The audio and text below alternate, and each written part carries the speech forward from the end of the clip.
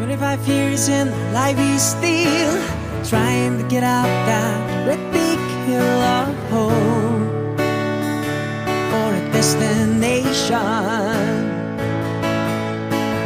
realized quickly when I knew I should that the world was made up of this brotherhood of men, for whatever that means.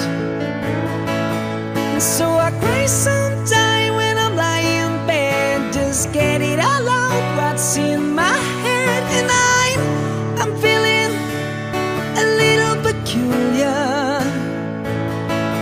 And so I wake in the morning and I step outside and I take a deep breath and I get real high and I scream from top of my lungs, what's going on?